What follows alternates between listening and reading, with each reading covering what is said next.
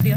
मेरा प्रश्न जो था वो आउटसोर्सिंग के पे कार्यरत जो हमारे लोग हैं उनको लेकर के था, क्योंकि हेलो दोस्तों, जैसा कि आपको इन्फॉर्मेशन है, माननीय न्यायालय द्वारा सभी आउटसोर्सिंग कर्मचारी और कच्चे कर्मचारी को जॉब सिक्योरिटी देने, उसके अलावा नियमित करने के बारे में लगातार ऑर्डर जारी हो रहे हैं। लेकिन विधानसभा के एक सत्र में ये लगा लीजिए आप आउटसोर्सिंग कर्मचारियों का कैसे शोषण हो रहा है, उस पर क्या अपडेट है। उसके बाद मैं आपको सभी धमाके दिखाने वाला हूँ, खुशखबरियां सभी दिखाने वाला हूँ, जितने भी लेटर हैं, ऑर्डर हैं या किसी प्रकार से कोई भी अपडेट है कच्चे कर्मचारी को, वो भी दिखाने वाला हूँ। करके उनका आए दिन शोषण कर रही है, और इसी वजह से क्योंकि ये आउटसोर्सिंग कर्मचारी अस्थायी है, 3 साल के बाद उनका कोई ठिकाना सरकार नहीं दे रही है, और इसकी वजह से उनके भी माध्यम से करप्शन जो है वो धीरे धीरे बढ़ता ही चला जा रहा है। मंत्री जी, मेरा पहला प्रश्न आपसे ये है कि ये जो हमारे आउटसोर्सिंग पद पे नियुक्त कर्मचारी हैं, उसी पद पे हमारे परमानेंट कर्मचारी भी कार्यरत हैं, क्या सरकार उन्हीं परमानेंट कर्मचारी के सापेक्ष में हमारे आउटसोर्सिंग के कर्मचारियों को भी मानदेय या उनको वेतन देगी?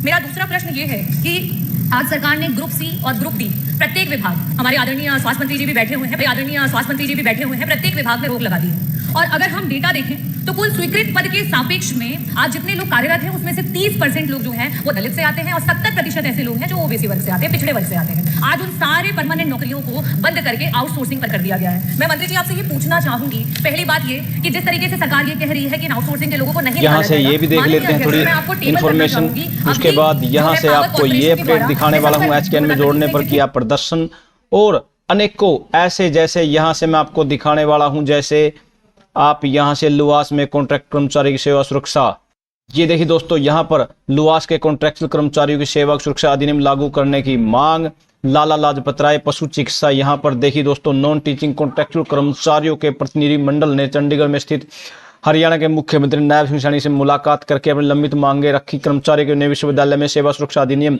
जॉब सिक्योरिटी लागू करने की मांग की। कर्मचारी ने कैबिनेट मंत्री से भी आग्रह किया सेवा सुरक्षा अधिनियम लागू करवाने तथा कॉन्ट्रैक्चुअल कर्मचारियों को यहां पर नियमित कर्मचारियों को समान सुविधा उपलब्ध कराने में सहयोग प्रदान करने। कर्मचारियों ने बताया कि राज्य सरकार अधिनियम को कैबिनेट विधानसभा से पारित कर चुकी है, लेकिन अभी तक इसे विश्वविद्यालयों में लागू नहीं किया गया। इससे कॉन्ट्रैक्चुअल कर्मचारियों में असंतोष बना हुआ है। कर्मचारियों का कहना है कि वर्षों से सेवा देने के बाद उन्हें नियमित कर्मचारी जैसी सेवा सुरक्षा सुविधाएं नहीं मिल पा रही। मुख्यमंत्री ने प्रतिनिधिमंडल की बात गंभीरता सुनते हुए आश्वस्त किया कि संबंधित अधिकारी इस विषय पर काम कर रहे हैं।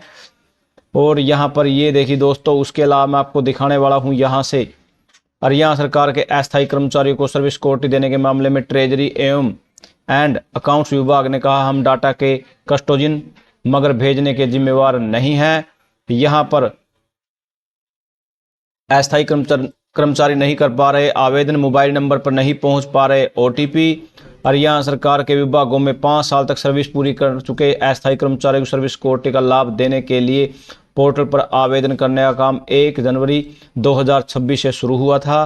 अब पहले इसको 31 तक लास्ट थी, मगर फिर इसको 20 फरवरी कर दी। इसी बीच मुख्य सचिव ने 13 फरवरी को डाटा पोर्टल पर योग्य कर्मचारी डाटा HKCL को भेजने के 2 विभागों को जिम्मेवार ठहरा था। इसमें ट्रेजरी एंड अकाउंट्स विभाग ने 18 फरवरी को मानव संसाधन विभाग को कहा कि उनका विभाग डाटा का कस्टोडियन है मगर भेजने के लिए जिम्मेवार नहीं है। विभाग ने मानव संसाधन पत्र का बिंदु साथ जवाब दिया। यहाँ पर मानव संसाधन विभाग के बिंदु यहाँ से देख लेते हैं। संबंधित अथॉरिटी से सर्टिफिकेशन, ऐसे मामले में संबंधित अथॉरिटी यहाँ एडमिनिस्ट्रेटिव सेक्रेटरी HOD DDO वगैरह वगैरह ऐसा फॉर्मल लेटर जारी करेंगे, जिसमें यह सर्टिफाई किया जाएगा कि संबंधित व्यक्ति उनके ऑफिस में है, काम करने वाला है, एक असली कॉन्ट्रैक्चुअल कर्मचारी है, साथ ही उसकी पूरी सर्विस डिटेल भी होनी चाहिए। उसे कॉन्ट्रैक्ट के जरिए अपॉइंट किया गया है। मेहनताना सैलरी कॉन्ट्रैक्ट अकाउंट हेड के अलावा किसी दूसरे हेड के तहत दी गई है और डिपार्टमेंट को पक्का करेगा। यहाँ पर डिटेल वगैरह दे दी गई है। उसके बाद यहाँ पर दिया गया है सेक्रेटरी HOD DDO से ऐसा सही तरीके से वेरीफाइड कम्युनिकेशन मिलने पर HKN और ट्रेजरी एंड अकाउंट डिपार्टमेंट जरूरी कार्रवाई शुरू कर देगा। यहाँ ट्रेजरी एंड अकाउंट्स विभाग की जवाब यहाँ पर दिया गया है। यहाँ इसके बारे में बताया गया है कि HRD ने HKCL एजेंसी के साथ मिलकर Haryana contractual employ security service act portal बनाया है। RD के अनुभाग पर NIC को कॉन्ट्रैक्चुअल एम्प्लॉय का डाटा, जिसमें मोबाइल नंबर आधार को छोड़कर शामिल है, HRD द्वारा दिए गए फॉर्मेट में शेयर करने की अनुमति दी गई थी। प्रोग्रामर सोनल गौर से मिली जानकारी के अनुसार उन कॉन्ट्रैक्चुअल एम्प्लॉय का डाटा जिनकी सैलरी ऑब्जेक्ट कोड 69 कॉन्ट्रैक्चुअल और 1 सैलरी, उन कॉन्ट्रैक्चुअल एम्प्लॉयज यहाँ डिटेल वगैरह उनकी सभी की सभी मेंशन कर दी गई है। आप इसको स्क्रीनशॉट लेकर देख सकते हो, क्योंकि फिर तो वीडियो लंबी हो जाएगी। मानव संसाधन विभाग के पत्र में बताई पोर्टल की दिक्कतें क्या क्या दिखते हैं वो यहाँ से देख सकते हो। ट्रेजरी एंड अकाउंट्स विभाग ने यह दिया जवाब। यहाँ पर ये वो जवाब दिया गया है। यहाँ से देख लेते हैं, एचकेएन में जोड़ने पर प्रदर्शन शुरू कर दिया है।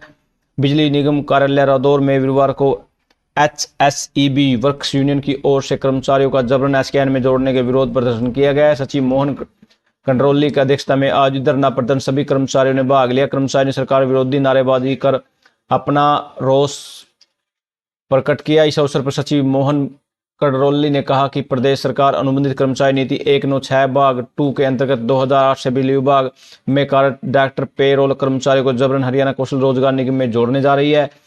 इससे ये सभी के सभी लगातार नाराज दिखाई दिए और यहाँ पर इनकी डिटेल आपने देख ही ली है। Thank you.